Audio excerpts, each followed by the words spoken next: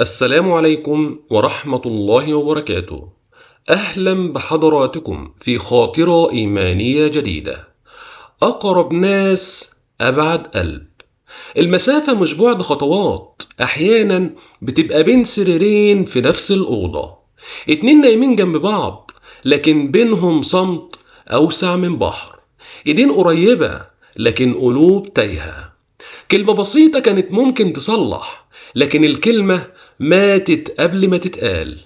عارف أقصى إحساس إيه؟ إنك تحس إنك لوحدك وإنت في الأصل مش لوحدك. تحس إن في حد المفروض يكون أمانك لكنه بقى مصدر وجعك، مش لأنه وحش لكن لأنه بعيد.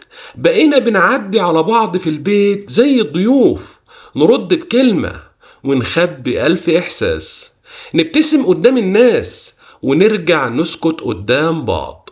البرود أخطر من الخيانة، لأن الخيانة بتوجع مرة لكن البرود بيقتل كل يوم حتة صغيرة من القلب. ويمكن النهاردة وانت بتسمعني تحس ان الكلام ده معمول ليك انت، مش صدفة انك ضغطت على الفيديو. يمكن ربنا بيفكرك بحاجة كنت دايما تأجلها. وقبل ما نبدأ رحلتنا حبيت أفكر حضرتك تعمل لايك وتشترك في القناة لو لسه ما اشتركتش. ولو كلامي لمس حتة جواك اكتب لي في التعليقات وقول لي بصراحة، آخر مرة حضنت حد بتحبه كانت امتى من غير سبب؟ ويلا بينا نبدأ رحلتنا. وأول حاجة هنتكلم عنها النهاردة وهي الغربة بين القلوب، لأن القرب الجسدي لا يعني القرب القلبي. في بيوت كتير ما فيهاش مشاكل كبيرة لكن فيها فراغ. الناس عايشة مع بعض لكن في الأصل هم مش مع بعض، كل واحد بقى جزيرة لوحده. المشكلة مش دايما قلة حب، أوقات كتير المشكلة إننا بطلنا نظهره.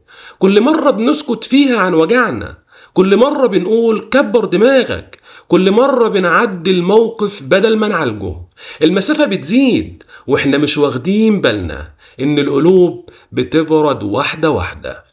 قال الله تعالى: ومن آياته أن خلق لكم من أنفسكم أزواجا لتسكنوا إليها وجعل بينكم مودة ورحمة. لأن السكن مش مجرد وجود، السكن طمأنينة، ولو الطمأنينة راحت يبقى في حاجة محتاجة تتصلح. وسيدنا النبي صلى الله عليه وسلم قال: خيركم خيركم لأهله وأنا خيركم لأهلي. يعني معيار الخير الحقيقي مش بره البيت، معيار الخير جوه البيت كمان. كان بين سيدنا عمر رضي الله عنه وزوجته اختلافات، فقيل له: أتصبر عليها؟ قال: نعم، إنها تطبخ طعامي وتغسل ثيابي وتربي أولادي. الله، كان فاهم إن الحياة مش مشاعر وبس، دي تقدير ووعي بالفضل. فالقلب لما يشوف المعروف يقرب حتى لو فيه اختلاف. ذكر عن أحد الصالحين أنه كان كل ليلة قبل النوم يقول لزوجته: هل في قلبك شيء علي؟ مش علشان في مشكلة لكن علشان ما فيش حاجة تبيت في صدرها. كان فاهم أن القلوب لو نامت زعلانة بتصحى أبعد. في ست كانت دايما بتشتكي ان جوزها اتغير، هو شايف انه بيتعب علشان البيت وهي شايفة ان هو بقى صامت، لحد ما قالت له: انا مش محتاجة فلوس اكتر، انا محتاجة كلمة. الجملة دي رجعتهم سنين لورا. واللي عايز اقوله لحضرتك، لو قلبك لسه فيه مساحة اتكلم، ما تستناش الطرف التاني يبدأ. قول اللي جواك قبل ما يتحول لبرود. قرب خطوة حتى لو موجوع. الحياة أكثر من إننا نعيش أغراب في بيوتنا. الحب مش إحساسه بس، الحب قرار يومي، والقلب اللي يتعالج بدري ما يموتش. لو عندك حد قريب منك ما تفترضش إنه فاهم، أنت قول، عبر، قرب، ما تسيبش الهدوء يتحول لغربة، لأن القلوب محتاجة تتسقي بالكلام الحلو وإلا بتذبل. وتاني حاجة هنتكلم عنها النهاردة وهي الصمت القاتل، ولأنه أخطر ما يهدد العلاقات، الصمت المتراكم. الخناقة ممكن تخلص في ساعة لكن الصمت ممكن يعيش سنين. كل موقف اتعدى عليه من غير ما يتحل بيتحول لطوبة في حيط بينكم. مرة تقول مش وقته، ومرة تقول بلاش مشاكل، ومرة تقول كبر دماغك لحد ما تلاقي نفسك عايش مع حد بس مش عارف توصله. الصمت ساعات بيبقى خوف من المواجهة، وساعات بيبقى كبرياء، لكن في الآخر بيخلق بعد. قال الله تعالى: وقولوا للناس حسنا. ربنا أمرنا بالكلمة الحسنة حتى في الخلاف. وسيدنا النبي صلى الله عليه وسلم قال: الكلمة الطيبة صدقة. يعني ممكن بكلمة تنقذ علاقة كاملة. ذكر أن الحسن البصري رحمه الله كان دايما يوصي بحسن المعاشرة، ويقول إن البيوت تقوم على الرحمة قبل الحب. يعني الكلمة البسيطة ممكن تحفظ بيت سنين. في راجل من التابعين كان إذا غضب من أهله توضأ وجلس صامتا حتى يهدأ، وكان بيقول: لا أحب أن أكتب عند الله بكلمة ندمت عليها، لأنه كان فاهم إن الكلمة يا إما ترفع يا إما تهدم. في طفلة سألت أمها: ليه بابا ما بقاش يضحك زي الأول؟ الأم سكتت، لكن السؤال هزها، واكتشفت إن المشكلة مش كبيرة، لكنهم هم اللي سابوها تكبر. واللي عايز أقوله لحضرتك: ما تسيبش بيتك يتحول لفندق، ما تخليش العشرة تبقى روتين. كلمة أنا مقدرك بتصلح كتير. حضن صادق ممكن يرجع روح. ما تقولش أصل هو فهمني، قولها بصوت. القلوب بتحتاج تسمع مش تفترض. ولو في حاجة مضايقاك قولها بهدوء. لو غلطت اعتذر، مش عيب. لو محتاج اطلب، مش عيب. ما تخليش الغرور يمنعك. الكلمة اللي بتتأجل بتتحول لوجع، والوجع لو سكتنا عليه للأسف بيبعدنا. وتالت حاجة هنتكلم عنها النهاردة وهي الرجوع مش ضعف، لأن الرجوع شجاعة مش هزيمة. في ناس كتير بتفتكر إن اللي يبدأ بالصلح خسران، لكن الحقيقة اللي بيبدأ هو الأقوى. العلاقات مش ساحة حرب، دي مركب، يا إما الاتنين يوصلوا يا إما للأسف الاتنين يغرقوا. أوقات الحل بيكون بسيط جدا، كلمة أنا آسف أو وحشتني. الكلمتين دول أقوى من 1000 جدال. لو لسه في قلبك نبض يبقى لسه في فرصة. قال الله تعالى: والصلح خير. كلمة قصيرة لكنها قاعدة حياة كاملة.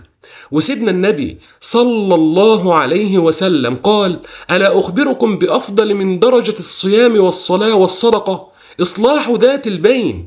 يعني إصلاح العلاقة عبادة مش حاجة عيب. كان بين سيدنا علي بن أبي طالب رضي الله عنه وزوجته فاطمة رضي الله عنها مواقف بشرية عادية، وفي يوم غضب وخرج ورجع وصالحها. ما كانش بيتهم خالي من الخلاف، لكنه كان مليان بالرجوع والرحمة، وهو ده الفرق، الرجوع. يروى أن أحد الصالحين خاصم أخاه، فذهب إليه ليلا وطرق بابه وقال له: إن كنت أنا المخطئ فسامحني، وإن كنت أنت المخطئ أنا سامحتك. رجعوا إخوة أقرب من الأول كمان. في راجل كتب رسالة لمراته بعد خلاف طويل: أنا مش عايز أكسب النقاش، أنا بس عايز أكسبك أنت. الجملة دي أنهت شهور جفاء ومشاكل. واللي عايز أقوله لحضرتك: لو لسه في مساحة للحب ما تملهاش بالعند. لو لسه في عشرة حافظ عليها. محدش بيكسب لما العلاقة تخسر. ابدأ، اتنازل، وصدقني هترتاح. وأخيرا هقول لحضرتك حاجة مهمة جدا: أقرب ناس مش دايما أقرب قلوب، بس القلوب اللي كانت يوم قريبة تقدر ترجع. ما تستناش اللحظة اللي تقول فيها يا ريت. ما تستناش البعد يبقى رسمي. مفيش علاقة بدأت بحب إلا وتستاهل نحارب علشانها. ما تستناش اللحظة اللي تقول فيها كان ممكن. ما تستناش بعد رسمي أو كلمة طلاق أو فراق صامت. اللي تقدر تعالجه النهاردة ما تأجلوش لبكرة. يمكن كلمة منك تنقذ بيت، يمكن حضن منك يرجع روح، يمكن تنازل بسيط يرجع سنين دفء. احنا مش محتاجين حب جديد، احنا بس محتاجين نحيي الحب اللي كان موجود. وأخيرا أدعو الله: اللهم يا جامع القلوب إذا تنافرت، ويا مؤلفها إذا تباعدت، اجمع يا رب بين كل قلبين فرق بينهما الصمت وسوء الفهم. اللهم أحيي في بيوتنا المودة بعد الذبول، واعد إليها الرحمة بعد الجفاء. اللهم من كان بينه وبين من يحب مسافة فاقصرها بلطفك، وانزع يا رب من صدورنا الكبر والعناد، واملأها حلما وصفحا وسلاما.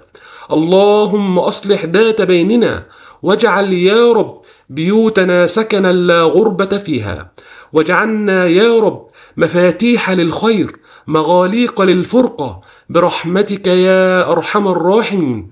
آمين آمين يا رب العالمين. وما تنساش لو عجبك الفيديو اضغط لايك واشترك في القناة علشان يوصلك كل جديد. ولو حسيت ان الكلام ده لمس قلبك اكتب لي في التعليقات مش هنام وانا في حد في خاطره مني ضيق، وشارك الحلقة يمكن تنقذ علاقات من الضياع.